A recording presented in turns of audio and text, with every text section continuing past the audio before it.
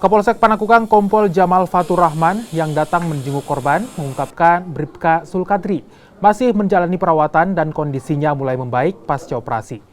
Bribka Sulkadri menjadi korban pembacokan oleh pelaku yang sebelumnya menganiaya istri dan mertuanya di Jalan Barawaja, Makassar. Korban Bribka Sulkadri mengalami luka bacok di bagian kepala, kaki dan juga tangan saat akan menangkap pelaku di Jalan Pampang, Makassar.